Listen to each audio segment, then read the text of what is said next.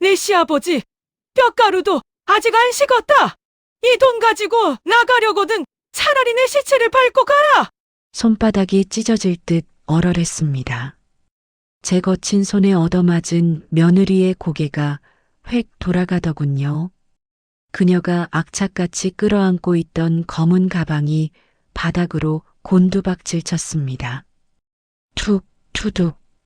가방이 터지며 쏟아져 나온 수천만 원의 현금 봉투들이 마치 때 아닌 눈송이처럼 검은 대리석 바닥을 하얗게 뒤덮었습니다. 빈소에 있던 모든 사람의 시선이 그 하얀 봉투들에 꽂히더군요. 그때 며느리는 꿈에도 몰랐을 겁니다.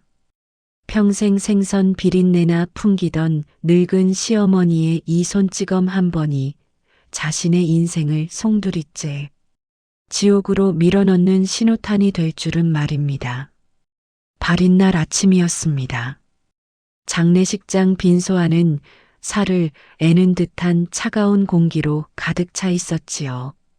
이른 새벽부터 사람들이 하나둘 모여들고 있었지만 제 귀에는 그들의 위로조차 들리지 않았습니다.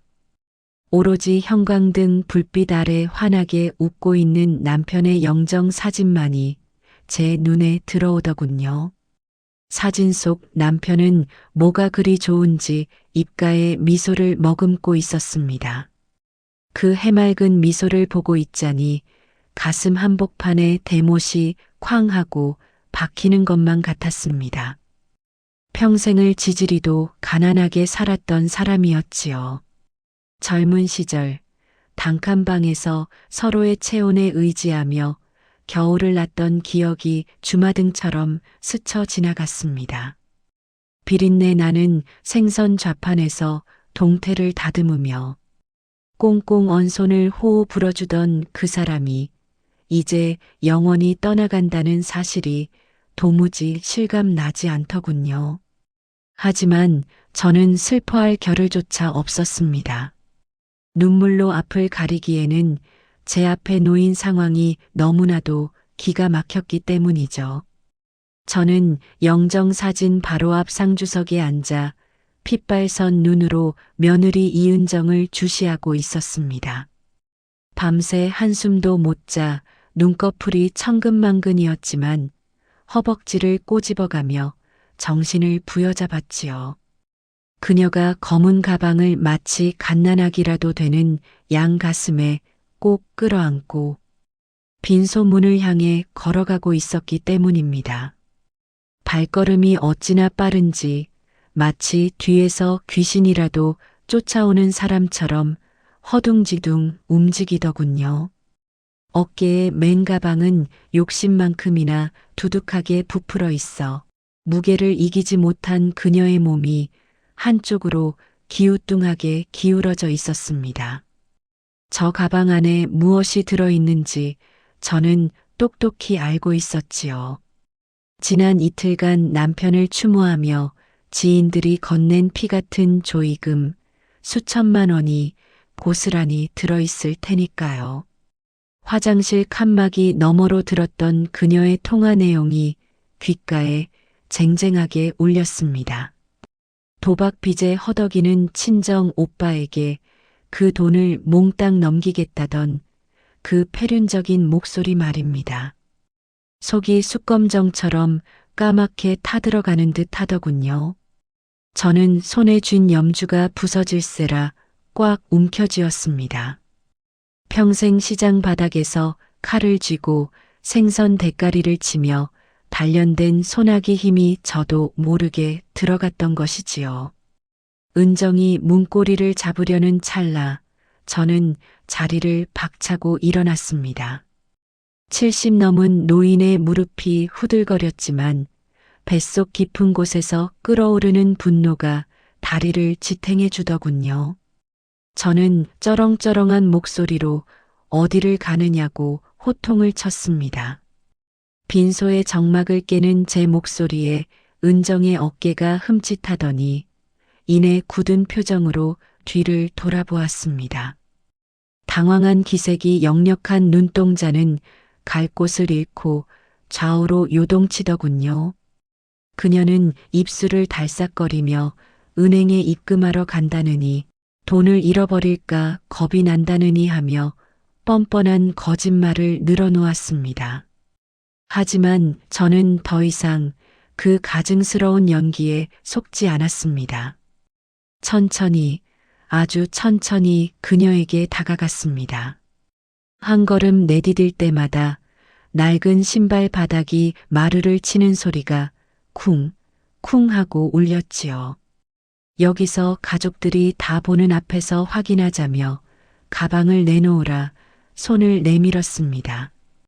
그러자 며느리는 가방을 등 뒤로 숨기며 적반하장으로 나오더군요. 자기를 도둑 취급하냐며 시어머니가 며느리를 믿지 못하면 누가 믿느냐며 악어의 눈물을 흘리기 시작했습니다. 주변 조문객들이 수군거리는 소리가 들렸지만 제 귀에는 며느리의 가식적인 울음소리만 들릴 뿐이었죠. 더 볼 것도 없었습니다. 저는 망설임 없이 그녀의 손에서 가방을 낚아채어 그대로 바닥에 뒤집어 버렸습니다. 검은 비닐이 찢어지며 쏟아져 나온 것은 단순한 돈다발이 아니었습니다. 그것은 남편의 마지막 가는 길을 배웅해 준 사람들의 마음이자 며느리의 추악한 탐욕 그 자체였지요. 바닥에 흩어진 흰 봉투들을 보며 사람들은 경악을 금치 못했습니다. 저는 멍하니 서 있는 아들 준영에게 다가가 그의 팔에 채워져 있던 상주 완장을 거칠게 뜯어냈습니다. 어머니라고 부르는 아들의 목소리 따위는 무시한 채 완장을 조카에게 건네주며 내가 상주를 하라고 일갈했지요. 그리고는 있는 힘껏 며느리의 뺨을 후려쳤던 겁니다. 손바닥에 전해지는 짜릿한 통증과 함께 지난 며칠간 가슴을 짓누르던 체증이 조금은 내려가는 듯 했습니다. 돈 앞에서는 피도 눈물도 없다지만 40년 세월을 함께한 시아버지가 떠나는 날마저 돈 가방을 챙기는 저 여자를 보며 인간은 도대체 어디까지 추락할 수 있는 것인지 묻지 않을 수 없더군요. 과연 저는 남편의 마지막 가는 길을 더럽히지 않고 이 탐욕스러운 짐승들로부터 조이금을 지켜낼 수 있었을까요? 지금부터 급히 말리던 3일간의 전쟁 같았던 기록을 여러분께 들려드리려 합니다. 이야기 시작하기 전에 무료로 할 수 있는 구독과 좋아요 부탁드립니다. 그럼 이야기 시작하겠습니다.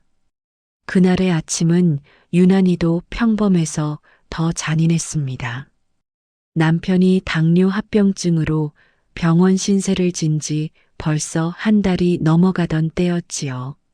매일 아침 눈을 뜨면 습관처럼 병원 쪽 하늘을 바라보며 오늘도 무사하기를 빌곤 했습니다. 하지만 운명이라는 놈은 예고도 없이 문을 박차고 들어오더군요. 새벽녘 정적을 깨고 울리는 전화벨 소리가 마치 날카로운 비명처럼 집 안을 휘감았습니다. 수화기 넘어 다급한 간호사의 목소리를 듣는 순간 가슴 한구석이 쿵 하고 내려앉았습니다. 서둘러 오셔야겠다는 그 짧은 한마디가 제 심장을 옥죄어 오더군요. 허둥지둥 옷을 꿰입고 거리로 나갔습니다. 택시를 잡으려 손을 흔드는 제 모습이 얼마나 처량했을까요? 기사님에게 제발 빨리 좀 가달라고 사정하는 제 목소리는 덜덜 떨리고 있었지요. 창밖으로 스쳐 지나가는 새벽 거리의 풍경이 마치 물속에 잠긴 듯 흐릿하게만 보였습니다. 불길한 예감은 왜 한 번도 빗나가는 법이 없는지 모르겠습니다. 병원 복도를 달려 중환자실 앞에 도착했을 때 의사는 고개를 푹 숙인 채 제게 다가왔습니다. 최선을 다했지만 끝내 살리지 못했다는 그 사무적인 말이 제 귀에는 사형 선고처럼 들리더군요. 다리에 힘이 풀려 그 자리에 주저앉을 뻔한 것을 간호사가 겨우 부축해 주었습니다. 하얀 천이 덮인 침대 위에 남편이 누워 있더군요. 떨리는 손으로 천을 걷어내니 고단했던 삶을 내려놓은 남편의 얼굴이 드러났습니다. 마치 깊은 잠에 빠진 듯 편안해 보이는 그 표정을 보니 억장이 무너져 내렸습니다. 아직 온기가 남아있는 손을 잡고 볼에 비벼보았습니다. 거칠고 투박한 손, 평생 기름밥 먹으며 가족을 위해 헌신했던 그 손이 이제는 아무런 움직임도 없더군요. 25 꽃다운 나이에 만나 단칸방에서 시작했던 신혼 시절이 떠올랐습니다. 겨울이면 외풍이 심해 서로를 꼭 껴안고 잠들어야 했고 연탄가스 냄새에 머리가 지끈거려도 함께라면 마냥 행복했던 시절이었지요. 아이들 분유값이 없어 발을 동동 구를 때면 남편은 공장에서 야근을 밥 먹듯 하며 꼬깃꼬깃한 지폐 몇 장을 쥐어주곤 했습니다. 그렇게 평생을 소처럼 일만 하다 간 사람이었습니다. 정년 퇴직하면 그동안 못 가본 여행도 다니고 맛있는 것도 먹자던 약속은 이제 지킬 수 없는 빈말이 되어버렸습니다. 영감, 왜 이렇게 급하게 가? 나만 두고 어딜 그리 바쁘게 가느냐며 통곡했지만 대답 없는 남편은 야속하기만 하더군요. 얼마나 지났을까요?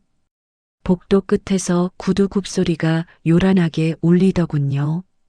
아들 준영이와 며느리 은정이었습니다.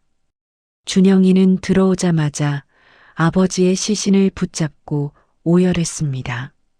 코와 눈매가 영락없이 제 아비를 닮은 아들이 우는 모습을 보니 제 마음도 갈기갈기 찢어지는 듯 했습니다. 그런데 며느리 은정의 모습은 어딘가 묘하게 이질적이었습니다. 검은 상복을 입고 눈가를 훔치며 훌쩍거리고는 있었지만 글쎄요. 그녀의 눈물에서는 슬픔의 무게가 느껴지지 않았습니다. 마치 잘 짜인 연극의 한 장면처럼 손수건으로 눈을 찍어 누르는 그 손길이 너무나도 조심스러웠기 때문이지요. 화장이 번질까봐 신경 쓰는 것 같기도 하고 억지로 눈물을 짜내려는 것 같기도 했습니다. 하지만 그때는 제가 남편을 잃은 슬픔에 눈이 멀어 며느리의 그 미세한 어색함을 애써 외면하고 말았지요. 그것이 제 인생 최대의 실수였다는 걸 그때 알았더라면 얼마나 좋았을까요? 장례식장으로 자리를 옮겨 빈소를 차렸습니다. 정신이 반쯤 나간 채 상주석에 멍하니 앉아있는 저에게 은정이 다가오더군요. 그녀는 제 손을 꼭 잡으며 세상에서 가장 효성 지극한 며느리인 척 연기를 시작했습니다. 어머니는 아버님 곁만 지키시라며 복잡한 장례 절차나 돈 관리는 자기가 다 알아서 하겠다고 하더군요. 그때는 그 말이 얼마나 고맙고 든든하게 들렸는지 모릅니다. 준영이가 참 싹싹하고 야무진 아내를 얻었다며 속으로 안도하기까지 했으니까요. 하지만 그 알아서 하겠다는 말이 훗날 비수가 되어 제 등에 꽂힐 줄은 꿈에도 몰랐습니다. 은정은 빈소 입구 접수대에 떡하니 자리를 잡고 앉았습니다. 조문객들이 들어오면 누구보다 먼저 일어나 고개를 숙이고 부조금 봉투를 받아 챙기더군요. 그런데 가만히 지켜보니 그녀의 행동이 조금 유별났습니다. 보통 며느리들은 빈소 안에서 조문객들 식사도 챙기고 시어머니 말동무도 해주기 마련 아닙니까? 하지만 은정은 마치 접수대에 본드를 붙여놓은 사람처럼 한시도 자리를 뜨지 않았습니다. 심지어 제가 잠시 들어와서 절이라도 올리라고 해도 요즘 장례식장에 도둑이 많아 자리를 비우면 큰일 난다며 손사래를 치더군요. 돈 계산이 틀리면 안 되니 어머니가 대신 절을 받아달라며 싹싹하게 웃어 보이는데 묘하게 기분이 나빴습니다. 마치 시아버지가 가는 길보다 돈 가방을 지키는 게 더 중요하다는 듯한 태도였으니까요.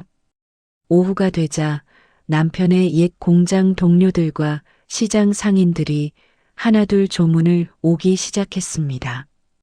모두들 낡은 점퍼 차림에 거친 손을 가진 우리와 같은 처지의 사람들이었지요.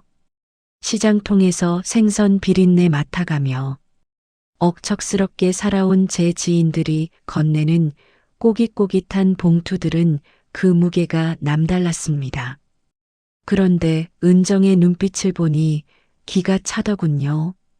기름때 묻은 작업복을 입은 조문객이 봉투를 건넬 때면 그녀는 미간을 살짝 찌푸리며 봉투 끝을 두 손가락으로 집어들었습니다. 마치 더러운 오물이라도 만지는 양 봉투를 받자마자 물티슈로 손끝을 닦아내는 그 경멸. 어린 몸짓을 저는 놓치지 않았습니다. 속이 부글부글 끓어올랐지만 장례식장에서 큰 소리를 낼 수 없어 꾹 참았습니다. 사단은 저녁 무렵 남편의 사촌 누나인 시고모님이 다녀가신 직후에 일어났습니다.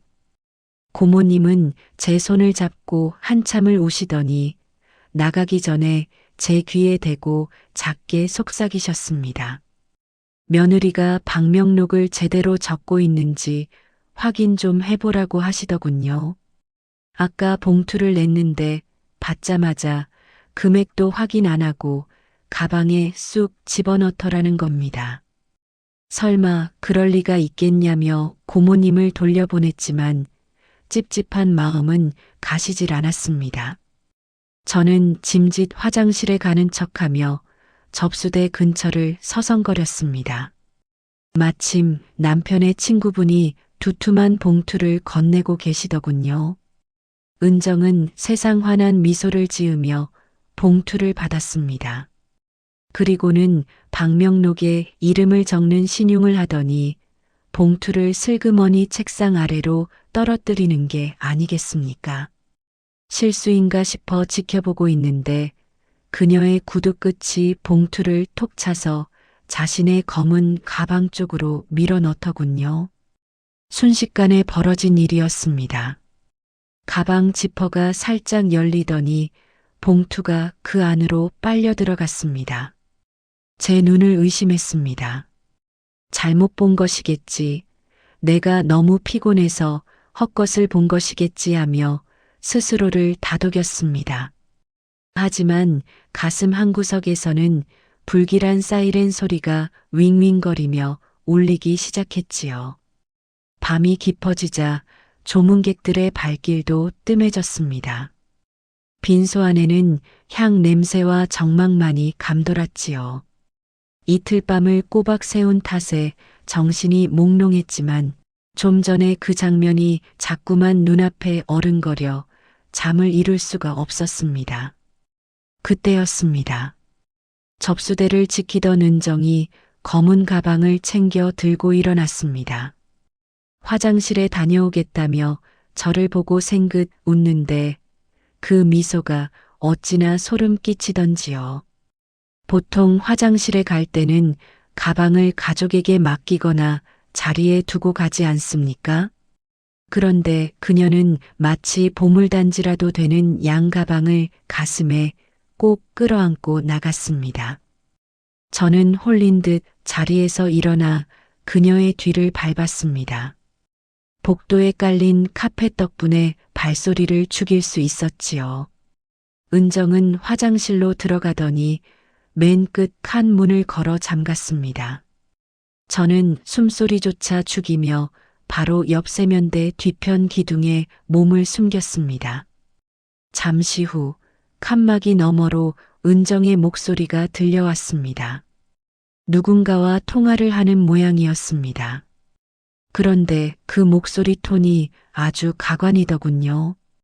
방금 전까지 시아버지 영정 앞에서 슬픈 척하던 목소리는 온데간데 없고 마치 로또라도 당첨된 사람처럼 한껏 들떠 있었습니다. 오빠, 걱정하지 마. 오늘 생각보다 꽤 많이 들어왔어. 오빠라고 부르는 상대방에게 하는 말에 제 귀를 의심했습니다. 그리고 이어진 말은 제 심장을 멈추게 하기에 충분했지요. 내일 발인 끝나면 바로 보내줄게.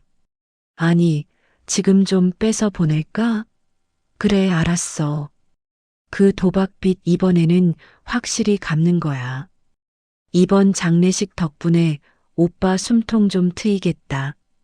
내가 아주 싹싹 긁어 모으고 있으니까. 바스락 바스락. 돈 봉투를 세는 소리가 적나라하게 들려왔습니다. 하늘이 무너지는 것 같다는 말이 이런 때 쓰는 거겠지요. 피가 거꾸로 솟구쳐 머리가 핑 돌았습니다.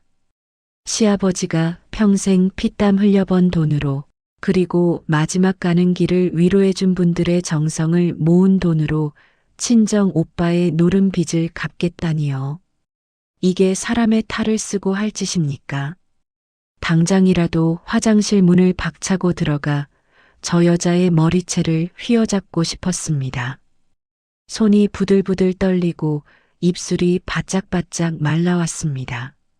하지만 저는 이를 악물고 참았습니다. 여기서 소란을 피워봤자 증거가 없다고 발뺌하면 그만일 테니까요. 게다가 아들놈은 제 어미 말보다 여우 같은 마누라 말을 더 믿을 게 뻔했습니다. 달칵 문 열리는 소리에 저는 황급히 비상구 계단 쪽으로 몸을 숨겼습니다. 은정이 화장실에서 걸어 나왔습니다. 거울을 보며 화장을 고치더니 입꼬리를 실룩이며 콧노래까지 흥얼거리더군요.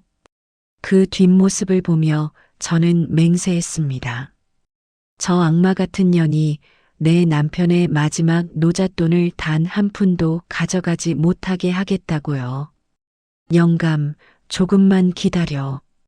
당신 가는 길 더럽히지 않게 내가 저 잡기부터 쫓아내고 보내줄게. 어둠 속에서 주먹을 꽉 쥔 제 손톱이 손바닥을 파고들어 붉은 피가 배어 나오고 있었습니다. 전쟁은 이미 시작된 것이었지요. 둘째 날 저녁은 그야말로 전쟁터였습니다. 남편의 옛 회사 동료들이 단체로 조문을 온 탓에 빈손은 발 디딜 틈이 없었지요. 정년 퇴직한 지 10년이 넘었지만 의리 하나로 뭉친 사람들이었습니다. 모두들 백발이 성성한 노신사가 되어 영정 사진 앞에 줄을 서서 묵념을 올리는데 그 모습이 어찌나 짠하던지요. 그들이 건네는 흰 봉투들이 접수대 위에 수북하게 쌓여갔습니다. 대충 눈대중으로 봐도 수백만 원은 좋게 넘을 큰 돈이었습니다. 은정의 눈빛이 달라지기 시작한 건 그때부터였습니다. 돈 냄새를 맡은 하이에나처럼 눈동자가 번들거리더군요. 그녀는 조문객들이 몰려 정신없는 틈을 타 더욱 노골적으로 움직였습니다. 봉투를 받을 때마다 손끝으로 두께를 가늠해 보더니 얇은 봉투는 책상 위 바구니에 던져넣고 두툼하다 싶은 봉투는 슬쩍 무릎 아래로 내리더군요. 그러고는 마치 다리를 꼬는 척하며 발끝으로 가방을 열어 봉투를 툭툭 차 넣는 것이었습니다. 그 동작이 어찌나 자연스럽고 매끄러운지 혀를 내두를 지경이었습니다. 한두 번 해본 솜씨가 아니었어요. 마치 서커스단의 고개사처럼 손과 발이 착착 맞아떨어지더군요. 더욱 기가 막힌 건 그녀의 태도였습니다. 남편의 옛 직장 후배가 선배님, 편히 쉬십시오 하며 눈시울을 붉힐 때 은정은 고개만 까딱하고는 봉투를 낚아채듯 받아갔습니다. 그리고는 그 후배가 돌아서자마자 곁눈질로 봉투 안을 확인하고는 입가에 묘한 미소를 짓더군요. 꽤 짭짤한 애라고 말하는 듯한 그 표정을 보며 저는 속이 뒤집어졌습니다.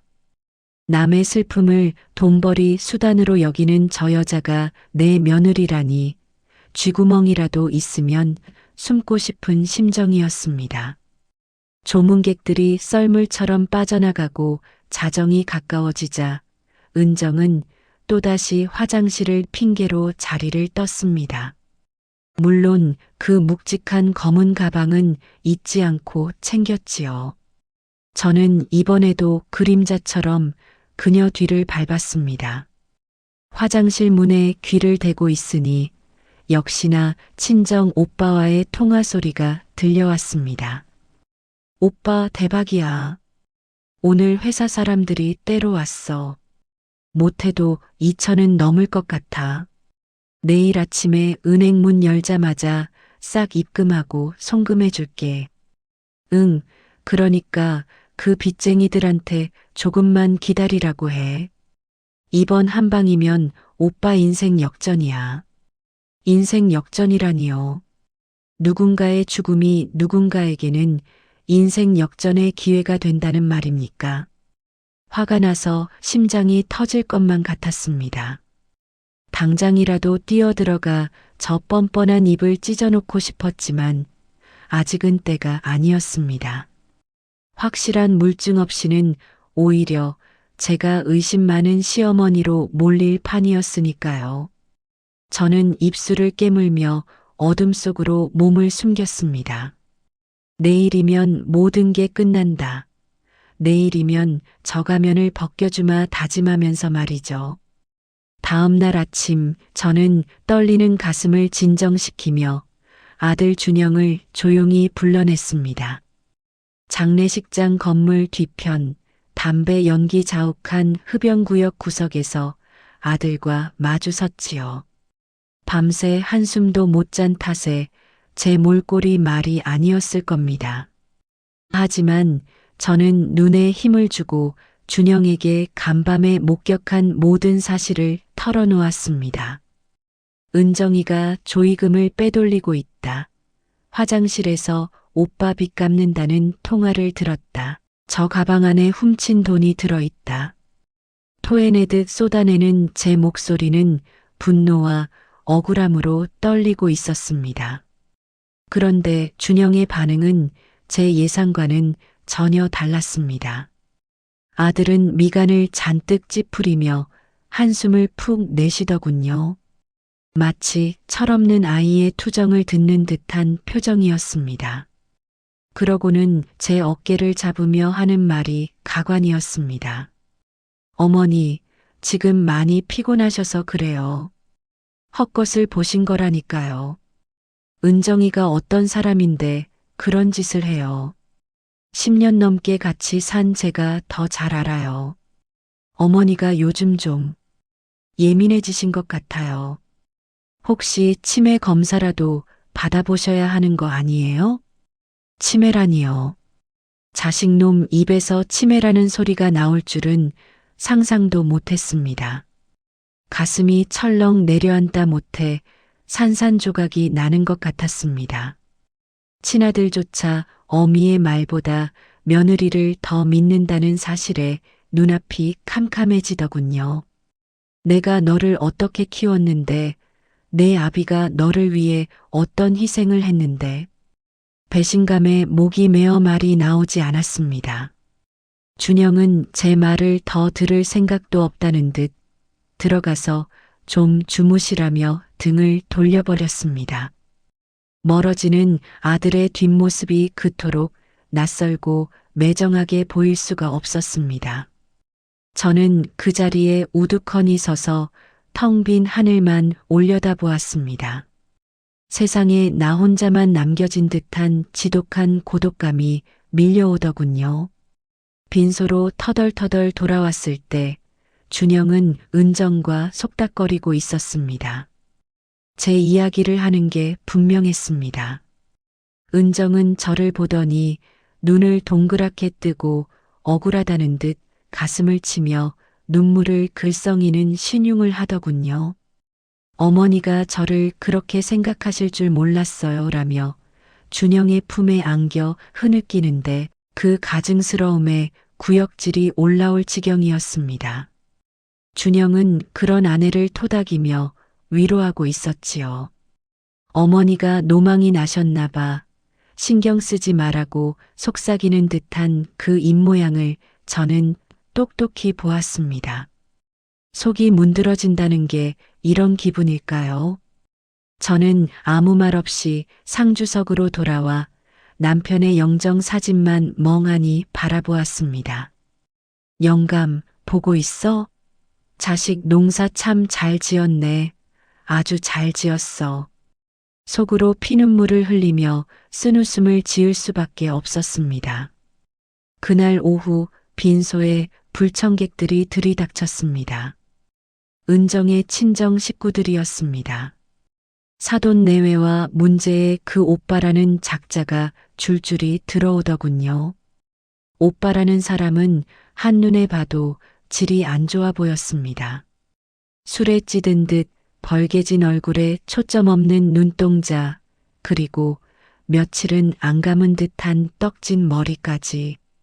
그가 바로 내 남편의 조의금을 노리는 하이에나 대장인 셈이었죠. 은정은 친정 식구들을 보자마자 세상 반가운 얼굴로 달려나가더군요. 시어머니인 저에게는 물 한 잔 떠다 준 적 없으면서 오빠에게는 오빠 왔어? 고생했지? 하며 알싸를 떨었습니다. 그들은 남편 영정에 형식적으로 절만 꾸벅하더니 곧장 식당으로 몰려가 자리를 잡았습니다. 그리고는 마치 잔치집에라도 온 것처럼 음식을 시켜 먹기 시작하더군요.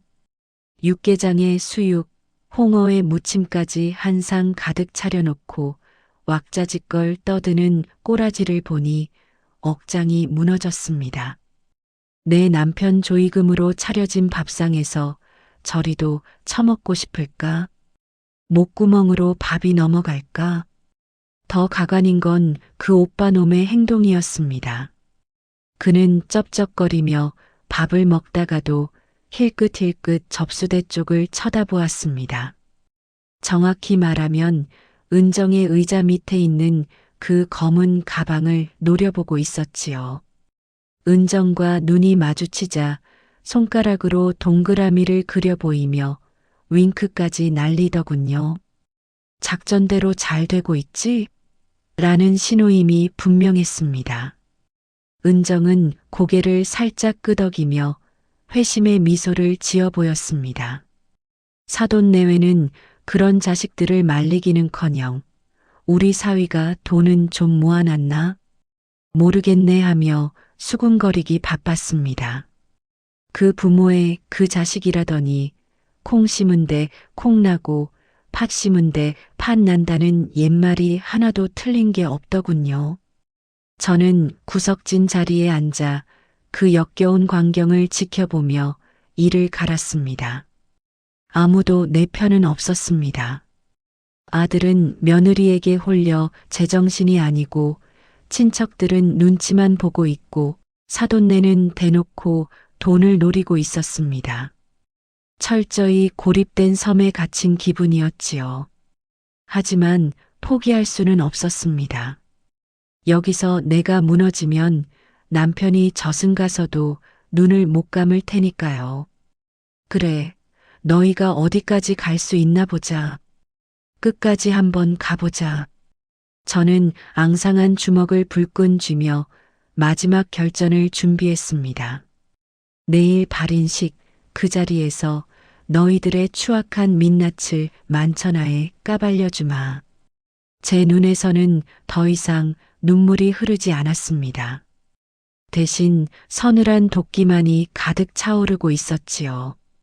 발인 전날 밤은 폭풍 전야처럼 고요했습니다. 조문객들의 발길이 끊기고 빈소에는 촛불 타는 소리만 타닥타닥 들려왔지요. 저는 마지막으로 남편과 둘만의 시간을 보내고 싶어 영정 사진 앞에 앉아 있었습니다. 사진 속 남편은 여전히 웃고 있었지만 제 눈에는 왠지 모를 슬픔이 서려 있는 듯 보였습니다. 영감, 미안해. 내가 너무 부족해서 당신 가는 길조차 편안하게 못 해주네. 나지막이 속삭이는데 등 뒤에서 인기척이 느껴졌습니다. 장례식장 사무장이었습니다. 50줄에 들어선 그는 평소 말수가 적고 묵묵히 일만 하던 사람이었지요. 그런 그가 조심스러운 표정으로 저를 불렀습니다. 어르신, 잠시 저 좀 보시죠. 드릴 말씀이 있습니다. 그의 눈빛이 심상치 않아 저는 조용히 그를 따라 사무실로 향했습니다. 사무실 한쪽 벽면을 가득 채운 CCTV 모니터들이 파란 불빛을 내뿜고 있더군요. 사무장은 말없이 모니터 하나를 가리켰습니다. 며느님 행동이 영 수상해서 제가 며칠 전부터 주시하고 있었습니다. 그가 재생 버튼을 누르자 화면 속에 빈소 접수대의 모습이 나타났습니다. 화질은 선명했고 은정의 얼굴도 또렷하게 보였습니다. 조문객이 봉투를 건네는 순간이었습니다. 은정은 봉투를 받아 방명록에 적는 척하더니 순식간에 손을 테이블 아래로 내렸습니다. 그리고는 세상에 맙소사 봉투를 바닥에 툭 떨어뜨리더니 구두 끝으로 쓱 밀어 자신의 의자 및 가방 쪽으로 보내는 게 아니겠습니까? 그러고는 허리를 숙이는 척하며 자연스럽게 봉투를 주워 가방 속에 쑤셔 넣더군요. 마치 물 흐르듯 자연스러운 동작이었습니다. 한두 번 해본 솜씨가 아니었지요. 화면 속 그녀의 입가에는 비릿한 미소마저 걸려 있었습니다. 사무장은 다른 영상들도 차례로 보여주었습니다. 똑같은 수법으로 수십 개의 봉투가 그녀의 가방 속으로 사라지는 장면들이 낱낱이 찍혀 있었습니다. 가슴이 턱 막혀 숨을 쉴 수가 없더군요. 그저 심증만 있었을 때와는 차원이 다른 충격이었습니다. 내 며느리가, 내 아들의 아내가 정말로 도둑년이었다니. 그것도 시아버지 장례식장에서 조의금을 훔치는 파렴치한 범죄자였다니. 분노를 넘어 참담함에 눈물조차 나오지 않았습니다. 사무장은 안타까운 눈으로 저를 바라보며 말했습니다. 이런 일이 종종 있습니다만 이렇게 대놓고 하는 경우는 저도 처음 봅니다. 경찰에 신고하시겠습니까? 저는 떨리는 고개를 끄덕였습니다. 신고해야지요. 암요, 신고하고 말고요. 이 영상 제 핸드폰으로 좀 보내주시게. 사무장은 흔쾌히 영상을 제 폰으로 전송해 주었습니다. 그는 제 손을 잡으며 위로의 말을 건넸습니다. 어르신, 힘내십시오. 제가 끝까지 돕겠습니다. 내일 발인식 때 필요하시면 이 영상을 큰 화면으로 띄워드릴 수도 있습니다. 그의 제안은 마치 어둠 속에서 발견한 한 줄기 빛과도 같았습니다. 저는 그에게 깊이 고개 숙여 감사 인사를 전했습니다. 이제 제 손에는 며느리의 목줄을 쥘 결정적인 증거가 쥐어진 셈이었으니까요. 빈소로 돌아오는 길, 복도 창문에 비친 제 얼굴은 귀신처럼 창백했습니다. 하지만 눈빛만큼은 그 어느 때보다 형형하게 빛나고 있었지요. 남편 영정 앞에 다시 섰습니다. 무릎을 꿇고 맹세했습니다. 여보, 내일이면 당신 떠나는데 내가 꼭 선물 하나 줄게. 당신 피 빨아먹으려는 저 거머리 같은 것들 내가 싹 다 떼어내고 편안하게 보내줄게. 걱정 말고 지켜봐. 은정은 여전히 접수대에 앉아 계산기를 두드리고 있었습니다. 그녀의 곁에는 문제의 그 검은 가방이 딱 붙어 있었지요. 마치 자신의 생명줄이라도 되는 양가방 끈을 손목에 감고 있는 꼴이 우습기까지 했습니다. 저와 눈이 마주치자 흠칫 놀라며 어색하게 웃더군요. 어머니, 안 주무세요? 내일 일찍 일어나셔야 하는데. 가증스러운 목소리에 구역질이 올라왔지만 저는 꾹 참고 무표정하게 그녀를 지나쳐 상주석에 앉았습니다. 지금 당장 소리치고 싶었지만 참아야 했습니다. 가장 극적인 순간에 가장 많은 사람들이 보는 앞에서 그녀를 끌어내려야 했으니까요. 그래야 두 번 다시 고개를 들고 다니지 못할 테니까요. 저는 머릿속으로 내일의 계획을 짰습니다. 친척들이 모두 모이는 발인식 직전 그녀가 돈 가방을 들고 나가려 할 때가 타이밍이었습니다. 경찰은 미리 대기시켜 놓고 사무장에게 신호를 보내 영상을 틀면 상상만으로도 짜릿한 전율이 흘렀습니다. 은정아, 기대해라. 내일이 내 인생에서 가장 잊지 못할 날이 될 테니. 저는 뜬 눈으로 밤을 지새우며 복수의 칼날을 갈고 또 갈았습니다. 드디어 운명의 날이 밝았습니다. 새벽부터 친척들이 하나둘 모여들기 시작했습니다. 저는 사무장을 찾아가 마지막 점검을 마쳤습니다. 빈소 안 대형 TV와 사무실 컴퓨터를 연결해 두었고 경찰에게도 미리 신고를 넣어 두었지요. 사무장은 걱정 말라는 듯 윙크를 보내주었습니다. 그리고 저는 친척들에게 일일이 전화를 돌려 발인식에 꼭 참석해달라고 당부했습니다. 중요하게 상의할 일이 있다며 짐짓 심각한 척을 했지요. 덕분에 평소보다 훨씬 많은 친척들이 빈소를 가득 메웠습니다. 삼촌, 이모, 고모, 사촌들까지 좋기 30명은 넘어 보였습니다. 관객은 충분히 모였습니다. 이제 무대만 열리면 되는 것이었죠. 은정은 아침부터 분주하게 움직였습니다.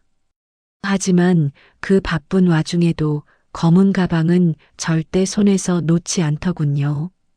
심지어 국을 나를 때조차 가방을 어깨에 메고 있는 꼴불견을 연출했습니다. 친척들이 새애기 가방 좀 내려놓고 하지. 그래. 라고 한마디씩 해도 아니에요. 중요한 게 들어있어서요라며 배시시 웃어넘기더군요. 중요한 것, 그래. 내 욕심 덩어리가 들어있겠지. 저는 속으로 비웃으며 때를 기다렸습니다. 발인 시간이 임박하자 분위기가 숙연해졌습니다. 은정이 슬슬 눈치를 보더니 자리에서 일어났습니다. 어머니 여보, 나 잠깐 은행 좀 다녀올게. 정산할 것도 있고 해서 드디어 미끼를 물었습니다. 가방을 고쳐 메고 빈소를 빠져나가려는 그녀의 뒷모습을 보며 저는 심호흡을 한번 크게 했습니다. 그리고 뱃속 깊은 곳에서 힘을 끌어올려 소리쳤습니다. 잠깐, 거기 서라. 제 목소리가 빈소의 공기를 찢어발기듯 울려 퍼졌습니다. 모든 사람들의 시선이 일제히 저와 은정에게 꽂혔습니다. 은정의 발걸음이 뚝 멈췄습니다. 등을 돌리고 선 그녀의 어깨가 미세하게 떨리는 것이 보였습니다. 저는 천천히 자리에서 일어났습니다. 무릎의 통증 따위는 느껴지지도 않았습니다. 이제 쇼타임이 시작된 것입니다. 저는 뚜벅뚜벅 그녀를 향해 걸어갔습니다. 마치 사형 선고를 내리러 가는 집행관처럼 말이죠. 은정이 천천히 뒤를 돌아보았습니다. 당황과 공포가 뒤섞인 그녀의 눈동자가 흔들리고 있었습니다. 저는 그녀의 눈을 똑바로 응시하며 차갑게 내뱉었습니다. 그 가방 놓고 가거라. 우리 다 같이 확인 좀 해봐야겠으니까. 빈소안은 숨소리 하나 들리지 않을 만큼 정막에 휩싸였습니다. 가방을 놓고 가라는 제 말 한마디가 마치 폭탄처럼 터진 직후였지요. 은정은 당황한 기색을 감추려 애쓰며 억지로 입꼬리를 말아 올렸습니다. 어머니, 갑자기 그게 무슨 말씀이세요? 확인이라니요? 제가 뭘 빼돌리기라도 했다는 말씀이세요? 그녀의 목소리는 미세하게 떨리고 있었지만 눈빛만은 뻔뻔하게 빛나고 있었습니다. 자신은 결백하다는 듯, 억울하다는 듯 연기를 시작한 것이지요. 저는 콧방귀를 뀌며 친척들을 향해 돌아섰습니다. 여러분, 여기 제 며느리가 들고 있는 가방 안에 뭐가 들어있는지 아십니까? 지난 3일간 여러분이 정성으로 모아주신 조의금입니다. 그런데 이 아이가 지금 그걸 들고 은행에 간다고 하네요. 가족들도 모르게 장부 확인도 없이 혼자서 말입니다. 이게 말이 됩니까? 친척들이 웅성거리기 시작했습니다. 아니, 그래도 그렇지 확인은 하고 가야지. 혼자 들고 가는 건 좀 그렇네. 여기저기서 수군거리는 소리가 들려왔습니다. 분위기가 심상치 않게 돌아가자 은정의 얼굴이 붉게 달아오르더군요. 아니에요. 저는 그냥 돈 잃어버릴까봐 입금하러 가는 것 뿐이라고요. 어머니는 왜 사람을 이렇게 몰아세우세요? 제가 남이에요? 며느리잖아요. 은정은 급기야 눈물을 글썽이며 악을 쓰기 시작했습니다. 여보, 당신이 말 좀 해봐. 어머니가 나 도둑년 취급하시잖아. 그녀는 남편 준영에게 매달리며 도움을 요청했습니다. 준영은 곤란한 표정으로 저와 아내 사이에서 우왕좌왕하더군요. 어머니, 그만 좀 하세요. 사람들이 보잖아요. 은정이가 그럴 사람 아닌 거 아시면서 왜 이러세요? 아들의 그 한심한 작태에 속이 뒤집어졌지만 저는 흔들리지 않았습니다. 오히려 더 차분하고 냉정한 목소리로 쐐기를 박았지요. 그래, 내가 그럴 사람이 아니면 이 자리에서 가방 열어보면 될 일이다. 떳떳하면 못 보여줄 게 뭐 있냐? 자, 열어봐라. 어서. 제가 한 발짝 다가서자 은정은 뒷걸음질 치며 가방을 등 뒤로 숨겼습니다. 그 필사적인 몸부림이 오히려 그녀의 죄를 자백하는 꼴이었지요. 친척들의 눈초리가 점점 의심으로 변해가고 있었습니다. 이제 결정적인 한 방이 필요할 때였습니다. 저는 구석에 서 있는 사무장에게 고개짓으로 신호를 보냈습니다. 사무장이 리모컨 버튼을 누르자 빈소 한쪽 벽면에 걸린 대형 TV 화면이 번쩍이며 켜졌습니다. 갑작스러운 화면 전환에 사람들의 시선이 일제히 TV로 쏠렸습니다.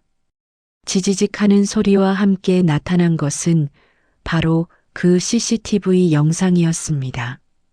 은정이 접수대에 앉아있는 모습이 선명하게 비치더군요. 친척들은 영문을 모른 채 화면을 응시했습니다. 영상 속에서 한 조문객이 봉투를 건넸습니다. 은정은 봉투를 받아드는 척하다가 손을 미끄러뜨렸습니다. 툭!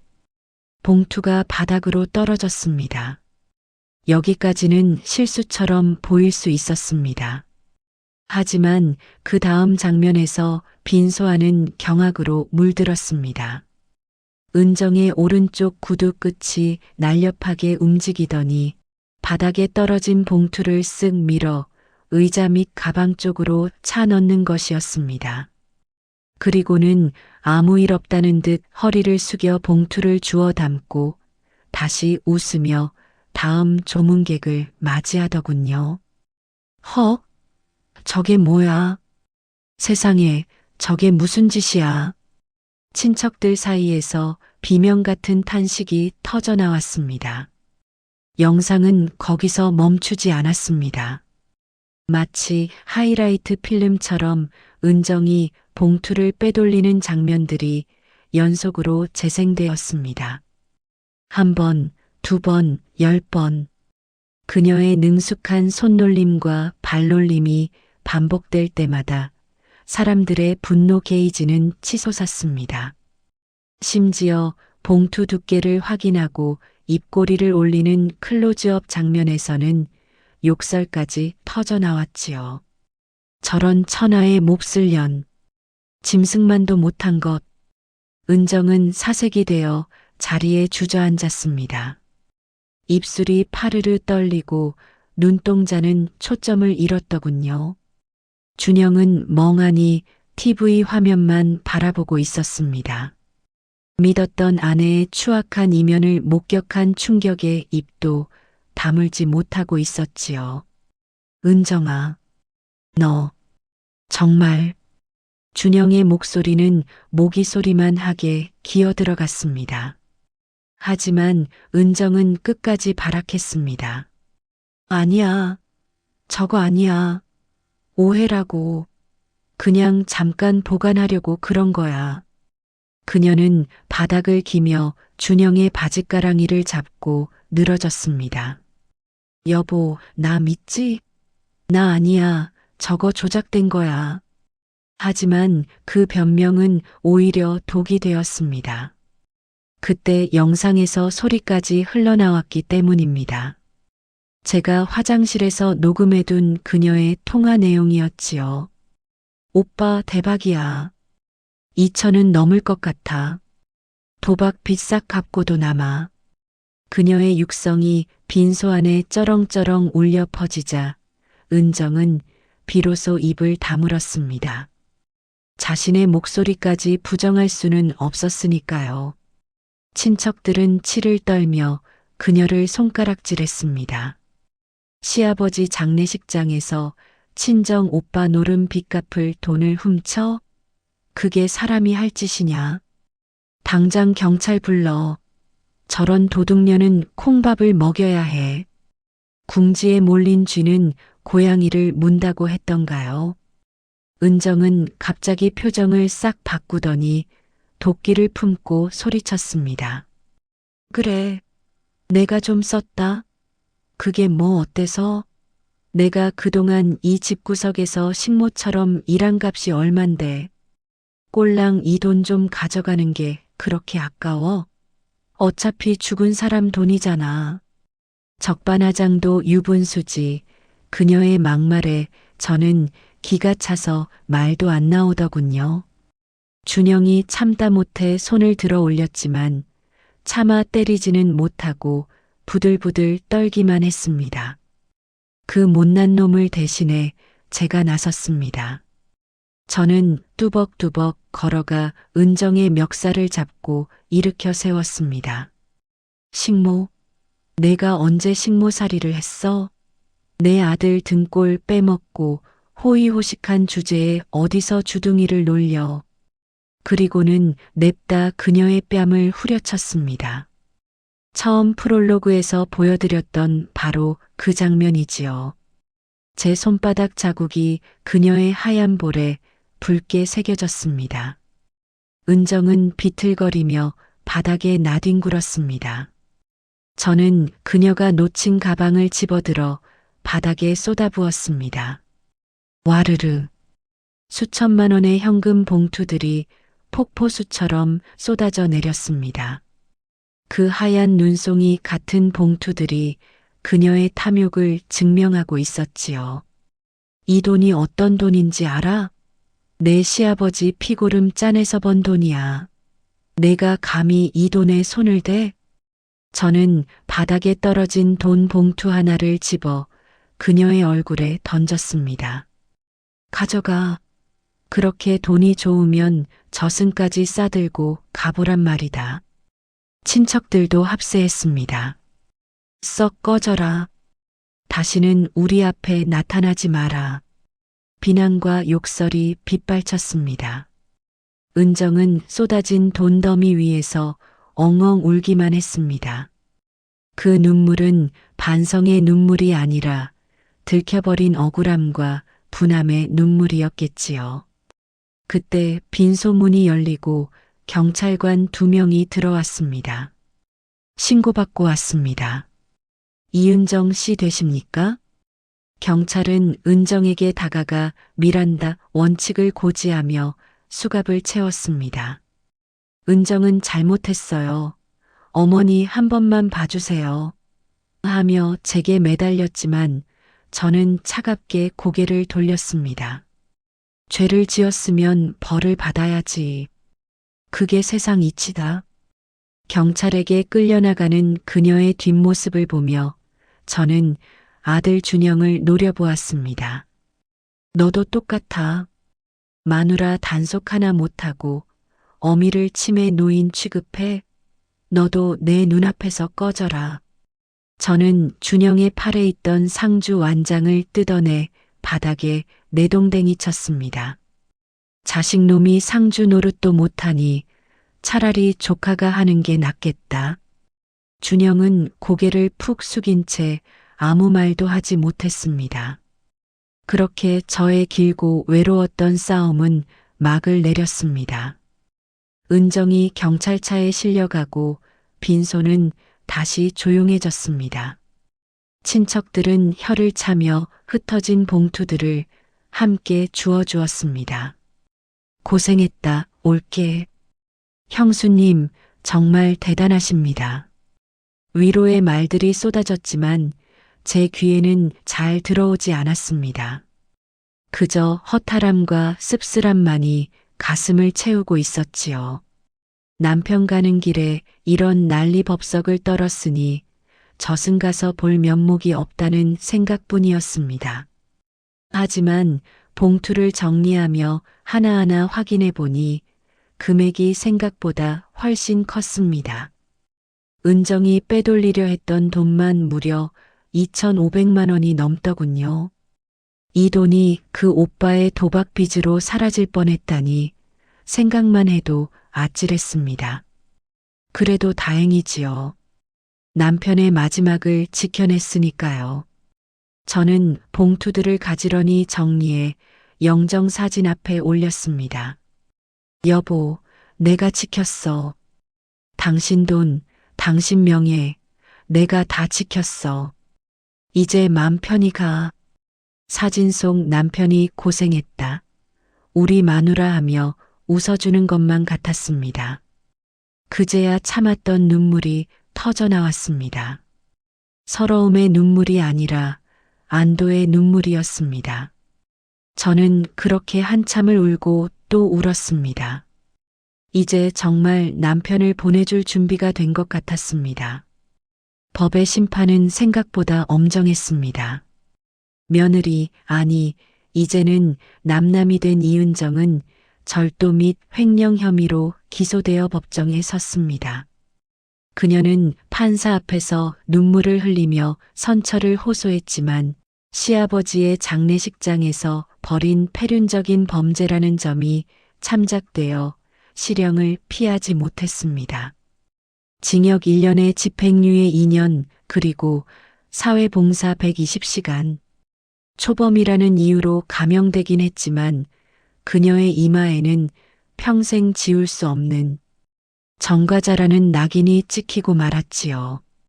훔치려 했던 돈은 물론이고 그동안 몰래 빼돌렸던 생활비까지 싹 다 토해내라는 배상 판결도 내려졌습니다. 준영은 결국 이혼 도장을 찍었습니다. 뒤늦게나마 정신을 차린 것이겠지요. 그는 법원을 나서며 제 앞에 무릎을 꿇고 사죄했습니다. 어머니, 제가 눈이 멀었습니다. 평생 속죄하며 살겠습니다. 아들의 퀭한 눈을 보니 마음이 짠했지만 저는 그를 일으켜 세우며 단호하게 말했습니다. 속죄는 나한테 할 게 아니라 내 아버지한테 해라. 그리고 이제 정신 차리고 내 인생 똑바로 살아. 그게 효도다. 준영은 눈물을 뚝뚝 흘리며 고개를 끄덕였습니다. 그 후로 아들은 술도 끊고 일에만 매진하며 성실하게 살아가고 있습니다. 가끔 주말이면 찾아와 말없이 반찬을 챙겨주고 가는데 그 뒷모습에서 예전에 철없던 모습은 찾아볼 수 없더군요. 비싼 수업료를 치르긴 했지만 덕분에 아들이라도 사람 구실하게 되었으니 그나마 다행이라고 해야 할까요? 은정의 소식은 풍문으로 들려왔습니다. 이혼당하고 빈털터리가 된 채 친정으로 돌아갔지만 그 도박쟁이 오빠라는 작자가 가만히 있었겠습니까? 너 때문에 돈줄 끊겼다며 행패를 부리고 빚쟁이들이 집까지 찾아와 난동을 피우는 통에 결국 야반도주하듯 도망쳐 식당 설거지 일을 하며 근근히 살아가고 있다고 하더군요. 한때 시어머니를 식모 취급하며 떵떵거렸던 그녀가 이제는 남의 식당에서 고무장갑 끼고 찬물에 손 담그며 살고 있다니 인과응보라는 말이 이토록 무섭게 다가온 적은 없었습니다. 그녀가 흘리는 땀방울이 지난날의 과오를 씻어내기에는 턱없이 부족하겠지만 그래도 스스로 밥벌이의 고단함을 뼈저리게 느끼며 살아가길 바랄 뿐입니다. 남편을 보낸 지 어느덧 1년이 지났습니다. 저는 남편이 남긴 조의금 중 일부를 떼어 형편이 어려운 이웃들에게 기부했습니다. 김철수라는 남편의 이름 석자가 새겨진 쌀 포대가 독거노인들에게 전달되는 모습을 보며 하늘에 있는 남편도 흐뭇해할 거라 생각했습니다. 그리고 나머지 돈으로는 평생 해보지 못했던 일을 시작했습니다. 바로 수영입니다. 새벽 6시 차가운 수영장 물에 몸을 담글 때면 잡념이 사라지고 오로지 제 숨소리에만 집중하게 됩니다. 물살을 가르며 앞으로 나아가는 그 기분은 마치 지난날의 아픔을 씻어내는 것만 같습니다. 처음에는 쭈글쭈글한 몸매를 드러내는 게 부끄러워 수영복 입는 것조차 망설였지만 지금은 누구보다 힘차게 물살을 가르는 물개 할머니로 통하고 있지요.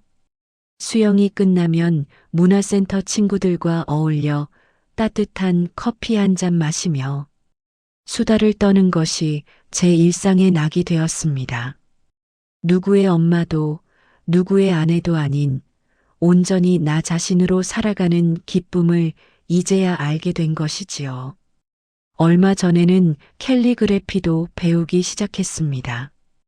먹물 냄새 그윽한 화선지 위에 붓을 놀리며 글씨를 쓰다 보면 마음이 차분해집니다. 어제는 서툰 솜씨로 이런 글귀를 써보았습니다. 인생은 폭풍우가 지나가길 기다리는 것이 아니라 빗속에서 춤추는 법을 배우는 것이다. 참 멋진 말이지 않습니까? 제 인생에 불어닥쳤던 그 거센 폭풍우도 결국은 저를 더 단단하게 만들어준 계기가 되었으니까요. 이야기를 마치며 여러분께 묻고 싶습니다. 돈 앞에서는 피도 눈물도 없는 세상이라지만 가족이라는 이름으로 저질러지는 폐륜을 우리는 어디까지 용서해야 할까요? 그리고 피 한 방울 섞이지 않았어도 진심으로 서로를 위하는 남이 껍데기뿐인 가족보다 낫다는 생각. 여러분은 어떻게 생각하시나요? 지금도 어디선가 가족 문제로 혹은 돈 문제로 가슴앓이 하고 계실 분들이 많을 겁니다. 부디 제 이야기가 여러분에게 작은 용기와 위로가 되었으면 좋겠습니다. 참는 것만이 능사는 아닙니다. 아닌 건 아니라고 말할 수 있는 용기, 잘못된 것을 바로잡으려는 의지가 때로는 우리 삶을 지키는 가장 큰 무기가 된다는 것을 잊지 마시기 바랍니다. 여러분의 소중한 생각이나 경험담을 댓글로 남겨주세요. 저에게는 그 어떤 위로보다 큰 힘이 됩니다. 그리고 제 이야기에 공감하셨다면 구독과 좋아요도 부탁드립니다. 여러분의 작은 관심이 저 같은 노인에게는 세상과 소통하는 큰 기쁨이 된답니다. 긴 이야기 들어주셔서 감사합니다. 오늘도 평안한 하루 보내시길 바랍니다.